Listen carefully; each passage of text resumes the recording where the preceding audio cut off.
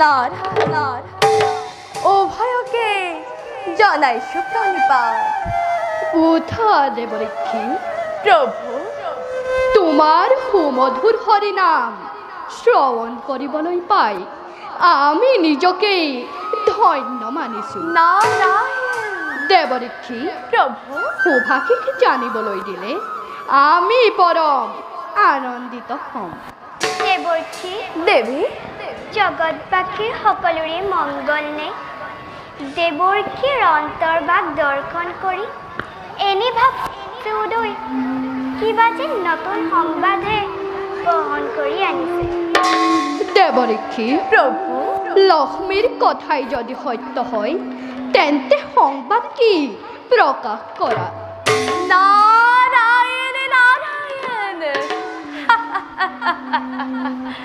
প্রভু অন্তর্যামী অন্তর্যামী তুমি নারায়ণ, সৃষ্টি স্থিতি প্রলয় তুমি এগৰাকী। তথাপিতো এই নাৰদক সুধিছা যেতিয়া সংক্ষেপতে কওঁ শুনা। প্ৰজাপতি দক্ষ মহাৰাজে তেওঁৰেই কন্যা সতী সুন্দৰীৰ স্বয়ম্বৰ কৰি আয়োজন যক্ষ ৰক্ষ গন্ধৰ্ব কিন্নৰ সকলোকে কৰিছে নিমন্ত্ৰণ। বাকী মাথো ও প্ৰভু বাকী মাথো ভূতনাথ বিষম বাহন। দেবরক্ষী, প্ৰভু তার বাবে নকৰিবা অলপো আক্ষেপ। সময়ত মহাদেৱ নিজেই উপস্থিত হব স্বয়ম্বৰ স্থলী। নিমন্ত্ৰণ আমন্ত্ৰণ নালাগে শিৱ। দক্ষৰ দুহিতা সতীও কায় মনোবাক্য শিৱকেই কৰি আছে ধ্যান। ও কি মধুর বচন শুনালা প্রভু। গৃহহীন মায়াহীন শ্মশান নিবাসী শিৱ তেন্তে হব গৃহস্থী নিজে। নহয় দেবরক্ষী, প্রভু মায়াত আবদ্ধ হৈ নাথাকে শংকৰ। একমাত্ৰ সতী ধৰ্ম প্ৰচাৰৰ বাবেই মহাসতী দক্ষাই নিয়ে লভিছে জনম।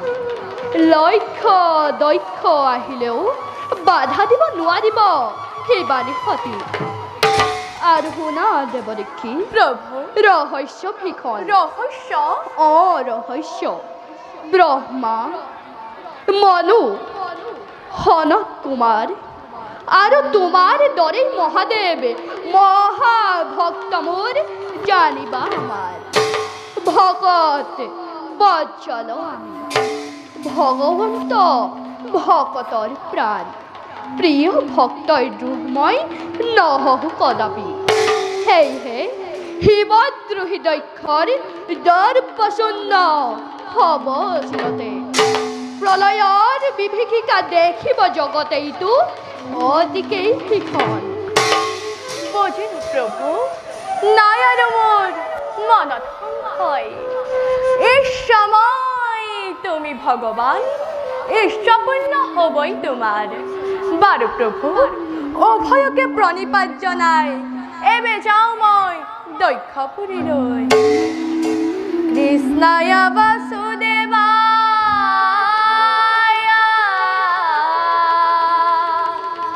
হরয়ে পরমাত্মনে প্রণতোকে সরসায় গোবিন্দায় নমো নমঃ। নারায়ণ নারায়ণ নারায়ণ বৈকুণ্ঠর ভবনে দেখিলু নয়নে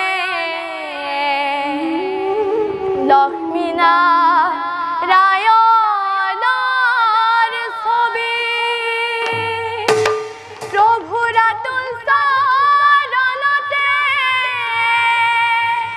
শুনালো পূৰ্বাদে ৰুণজো নজো নকৰি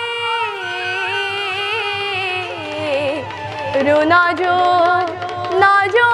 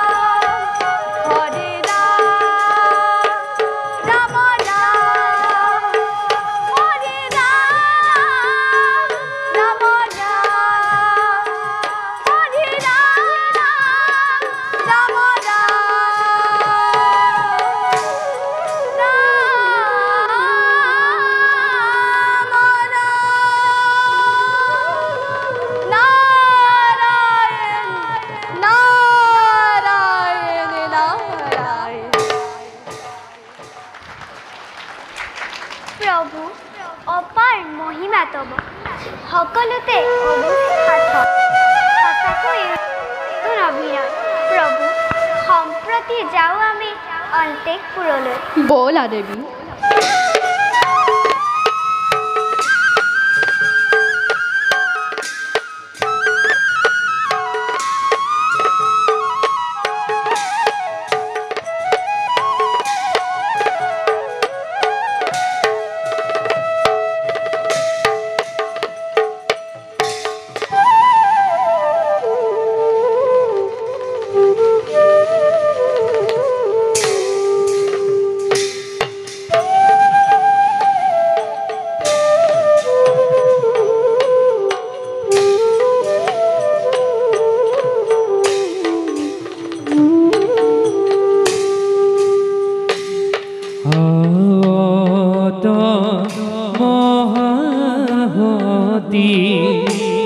করিয়া প্রবেশ সঙ্গে চলে মাতৃদেৱী দেখিতে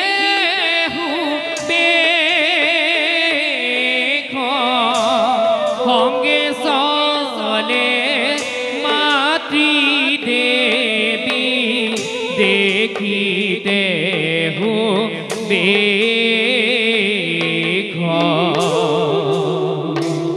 কতক্ষণে পাইলা গয়া সভার ভিতৰ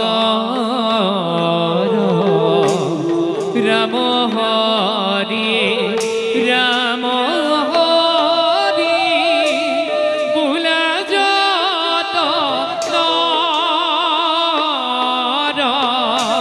ৰাম হৰি ৰাম হৰি বোলা যত